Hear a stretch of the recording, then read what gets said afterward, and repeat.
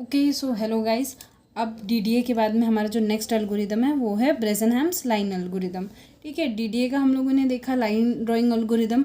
अब उसमें क्या हो रहा था, हमें जब एक ग्राफ बनाना है लेट सपोज, ठीक है, तो हम लोग क्या कर रहे थे, पॉइंट्स कंसिडर कर रहे थे और उस पर एक लाइन बना रहे थे उस ग्राफ पर। ठीक है, यहाँ पर भी हमें सिमिलर ही करना है।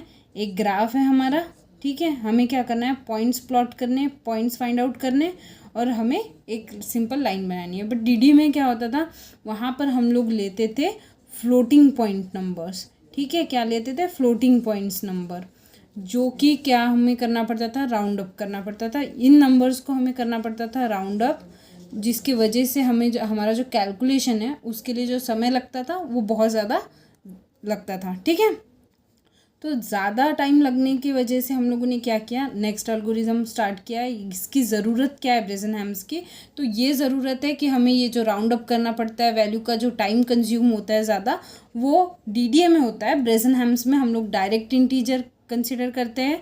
ठीक है, इंटीजर वैल्यू क्या होती है, जो डेसिमल पॉइंट्स नहीं लेती है। ठीक है, जिसमें कोई पॉइंट्स नहीं होता है बीच में, इस वैल्यू को हम लोग इंटीजर वैल्यू बोलते हैं, जिसको वोल वैल्यू भी बोला जाता है। ठीक है, तो ब्रेजनहैम्स लाइन ड्राइंग एल्गोरिदम क्या कर रहा है, सिंपली हमारे जो फ्लोटिंग पॉइंट का इशू था, जो हमारे राउंड अप करने के लिए ज़्यादा टाइम लग रहा था, उन सारी चीज़ों को क्या कर रहा है, अवॉइड कर रहा है, और हमारा जो टाइम है लाइन के लिए पॉइंट कैलकुलेट करने का, उसको रिड्यूस कर रहा है।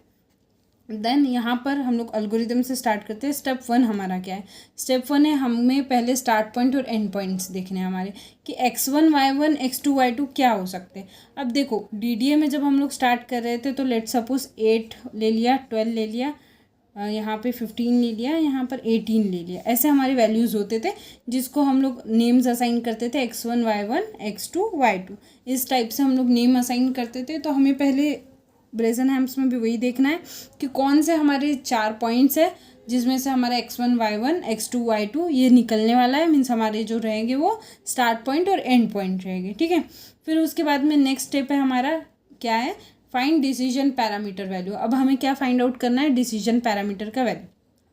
अब डिसीजन पैरामीटर फाइंड आउट करना है, मतलब आपको डी आई निकालना है, तो उसका फॉर्मूला है 2dy माइनस डी एक्स। क्या है, 2dy माइनस डी एक्स, तो twice of D Y minus D X. ये फॉर्मूला जब हम लोग लगाएंगे तो हमें क्या मिल जाएगा, D I, which is nothing but decision parameter value. अब डी आई मिल गया, उसके बाद में हमें delta X delta Y which is D X D Y, ये हमें कैलकुलेट करना है। डी एक्स का फॉर्मूला है x2 माइनस x1 और डी वाई का फॉर्मूला है y2 माइनस y1। अब हमने क्या चीज़ें निकाल ली यहाँ पे डिसीजन पैरामीटर वैल्यूज़ में, डी आई निकाल लिया which is 2dy minus D x, delta x निकाला x2 minus x1, delta Y निकाला y2 माइनस y1। अब now let's move towards step 3। अब स्टेप 3 क्या है, अगर डी आई जो हमारा डिसीजन पैरामीटर है, डी आई की वैल्यू अगर ग्रेटर होती है 0 से, अगर ग्रेटर होती है 0 से, तो हमारा डी आई प्लस 1 क्या रहेगा। अब समझो डी आई और डी आई प्लस 1 क्या होता है। ये हमारा ग्राफ है, ठीक है, ये हमारे जो है पॉइंट्स है। ठीक है, यहाँ पर हम लोगों ने पॉइंट्स ड्रॉ कर लिए। अगर ये हमारा स्टार्टिंग पॉइंट है, ठीक है, इसको 5 कंसिडर करते, ये 10 कंसिडर करते। लेट सपोज यहाँ पर हमारा पॉइंट है नेक्स्ट वाला। अब ये तो डी आई हो जाएगा, ठीक है, ये जो करंट पॉइंट है इसको हम लोग बोलेंगे डी आई, बट ये जो हमारा पॉइंट रहेगा ये रहेगा डी आई प्लस 1। ठीक है, इस पॉइंट को हम लोग क्या बोलने वाले, डी आई प्लस 1। ओके, अब इसे हम लोग सिंपल वर्ड में क्या करेंगे, अभी हम जो करंट पोजीशन पे, ये हमारी क्या है, हमारी करंट पोजीशन, यहाँ हमारी करंट पोजीशन। ठीक है, करंट पोजीशन से हमें नेक्स्ट पोजीशन पे मूव करना है। ये क्या है, हमारी नेक्स्ट पोजीशन। ठीक है, हमें ये नेक्स्ट पोजीशन पे मूव करना है, तो हमें जो वे लेना है, जो रूट लेना है, या फिर कितने नंबर्स ऑफ स्टेप्स चलने हैं, पॉइंट्स चलने हैं, तो ये हमारा रहेगा next move which is nothing but the D I plus 1। मतलब एक डी आई है, डी आई के बाद में डी आई प्लस 1, हमारी डेस्टिनेशन, नेक्स्ट डेस्टिनेशन क्या रहना, ये फाइनल डेस्टिनेशन नहीं है हमारी, ये याद रखो आप लोग कि ये हमारी फाइनल डेस्टिनेशन नहीं होगी, ये हमारा सिर्फ एक नेक्स्ट मूव होगा, नेक्स्ट स्टेप होगा, जो हम लोग लाइन को आगे बढ़ाने के लिए, पॉइंट्स प्लॉट करने के लिए यूज़ करेंगे। ठीक है, फॉर्मूला देख लो। अब डी आई प्लस 1 का क्या है, D I plus 1 equals to D I plus 2dy minus 2dx। ठीक है, DI जो हम लोग यहाँ पर वैल्यू कैलकुलेट करने वाले हैं DI की, ठीक है। इस फॉर्मूले से जो DI की वैल्यू निकलेगी वो DI की value plus 2dy minus dx। अब यहाँ पे dy dx भी कैलकुलेट कर रखा है हमने, तो उनकी वैल्यू हम लोग पुट करेंगे। Then xn yn। What is xn yn? अब देखो, एक हम लोगों ने dy ले लिया, dy प्लस 1 हमको निकालना है नेक्स्ट पॉइंट पे जाने के लिए। बट ये जो dy रहेगा इसके कोऑर्डिनेट्स भी रहेंगे ना। लेट सपोज 9 है और यहाँ पर भी 9 है, ठीक है। 9 9 या फिर 9 6, चलो 6 ले लेते हैं। यहाँ पे 6 है, यहाँ पर 9 है, ठीक है। 9 6 हमारे कोऑर्डिनेट्स है, या फिर 6 9 हमारा कोऑर्डिनेट है, ठीक है। तो 6 9 से आगे जाना है ना हमें। अब 6 और 9 है तो हमें क्या करना है, आगे जाना है। ये क्या हो गया, x हो गया और ये y हो गया सपोज, ठीक है।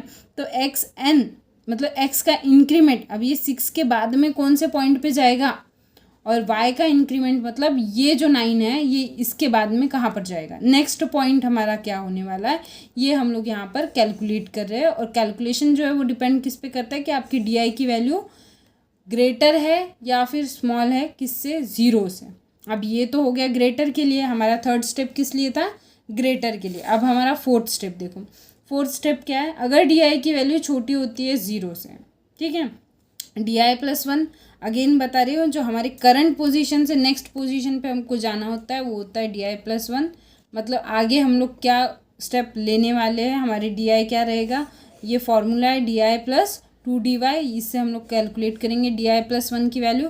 देन x इंक्रीमेंट और y इंक्रीमेंट, x और y कोऑर्डिनेट्स को इंक्रीज करना पड़ेगा ना, हम लोग ग्राफ में बना रहे हैं, ठीक है। हमें पिक्सल्स प्लॉट करने हैं तो हम लोगों को क्या करना पड़ेगा, x और y एक्सिस पे जो भी पॉइंट्स है वो इंक्रीमेंट करने पड़ेंगे। तो इसका फॉर्मूला क्या है, xi प्लस 1 yi, ठीक है। यहाँ पे देखो y जब इंक्रीमेंट हो रहा था तब उसमें हम लोग 1 ऐड कर रहे थे, बट यहाँ पर 1 ऐड नहीं कर रहे हैं, ठीक है। तो ये फॉर्मूले आपको याद रखने हैं कि लेस देन रहा तो क्या होगा, ग्रेटर देन रहा तो क्या होगा। अगर ये दो फॉर्मूले आप लोगों ने अच्छे से याद कर लिए, ये दो केसेस अगर आप लोगों ने अच्छे से याद कर लिए कि ये कब काम होते, कहाँ पर यूज़ होते, तो आपको एग्जाम्पल्स बहुत अच्छे से समझेंगे। नेक्स्ट जो लेक्चर रहेगा उसमें एक एग्जाम्पल लेके आ जाऊँगी बहुत ही बढ़िया वाला, जिसमें हम लोग देखेंगे कि ये वाले जो एग्जाम्पल्स है, ये जो फार्मूलाज है, केसेस है, ये हम लोग कैसे इम्प्लीमेंट करते हैं हमारे ब्रेजनहैम्स एल्गोरिदम के अंदर, ठीक है। जब हमें एक लाइन ड्रॉ करनी होती है तो उसका यूज़ कैसे होता है। अब देखो ब्रेजनहैम्स के क्या फ़ायदे, एडवांटेजेस क्या है। पहले तो ये सिंपल है, ठीक है। सिंपल क्यों है, क्योंकि हमें क्या नहीं करना होता है, वैल्यू को राउंड ऑफ नहीं करना पड़ता है। वैल्यू को क्या नहीं करना होता है, राउंड ऑफ नहीं करना होता है। वैल्यू राउंड अप नहीं करनी होती, ये चीज़ नहीं करनी होती है, करके हमारा जो ब्रेजनहैम्स लाइन ड्राइंग एल्गोरिदम है वो क्या है, अच्छा है। देन उसके बाद में ये फास्ट है।